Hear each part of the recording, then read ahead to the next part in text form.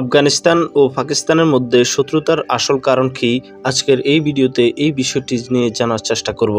পাকিস্তান ও আফগানিস্তানের মধ্যে বিবাদ চরমে, তবে এই শত্রুতা নতুন কিছু নয়, বহু দশকের পুরনো। সেই দ্বন্দ্বই ফের রক্তক্ষয়ী আকার নিয়েছে। কিন্তু দুটি মুসলিম প্রধান প্রতিবেশী দেশের মধ্যে কেন এত অশান্তি? চলুন আজকের এই ভিডিওতে এই বিষয়টি নিয়ে আমরা জানার চেষ্টা করব। 1947 সালে পাকিস্তানের জন্মকাল থেকে আফগানিস্তানের সঙ্গে তার সম্পর্ক ছিল জটিল। দুই দেশের মাঝে রয়েছে এক দীর্ঘ সীমান্ত রেখা, ডুরান্ড লাইন।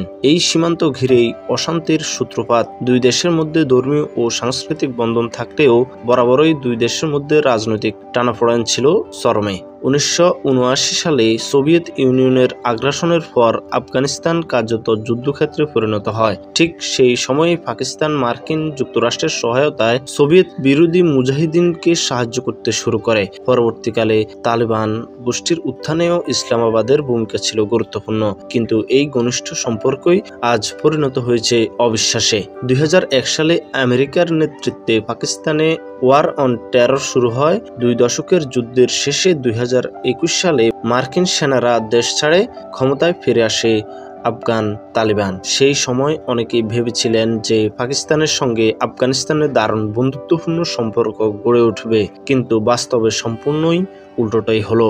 ইসলামাবাদ অভিযোগ তুলতে শুরু করে যে আফগানিস্তান পাকিস্তানের মাটিতে সন্ত্রাসবাদীদের আশ্রয় দিচ্ছে। বিশেষত তেহরিকি তালেবান পাকিস্তান বা টিটিপি এর বিরুদ্ধে পাকিস্তানি সেনাদের উপর হামলার অভিযোগ ওঠে। এই টিটিপি আফগান সীমান্তের ভেতরেই ঘাঁটি গেড়ে রয়েছে বলে দাবি ইসলামাবাদের। এই জঙ্গি গোষ্ঠীর সদস্য সংখ্যা প্রায় 6000। শুধু তাই নয়, 2023 ও 24 সালে পাকিস্তানে সন্ত্রাসবাদী হামলার রেট প্রায় 40% বেড়েছে। গত বছর দেশ জুড়ে 905টি হামলায় 1177 জন প্রাণ হারিয়েছেন। পাকিস্তানের দাবি এই হামলাগুলির বেশিরভাগই টিটিপি এর কাজ। আফগান সরকার অবশ্য সেই অভিযোগ অস্বীকার করেছে। তারা বলেছে টিটিপি পাকিস্তানের অভ্যন্তরীণ সমস্যা, কাবুলের নয়। এই অভিযোগ পাল্টা অভিযোগের মধ্যেই শুরু হয়েছে সীমান্ত সংঘর্ষ। পাকিস্তান গত বছর জুনে আজমি ইস্তেহকাম নামে একটি সামরিক অভিযান শুরু করে। ডিসেম্বর মাসে তারা আফগান ভূখণ্ডে বিমান হামলা চালায়। সেই ঘটনায় বহু টিটিপি সদস্য নিহত হয় বলে দাবি করে ইসলামাবাদ। এদিকে আফগানিস্তান তখনই পাল্টা হুঁশিয়ারি দিয়েছিল।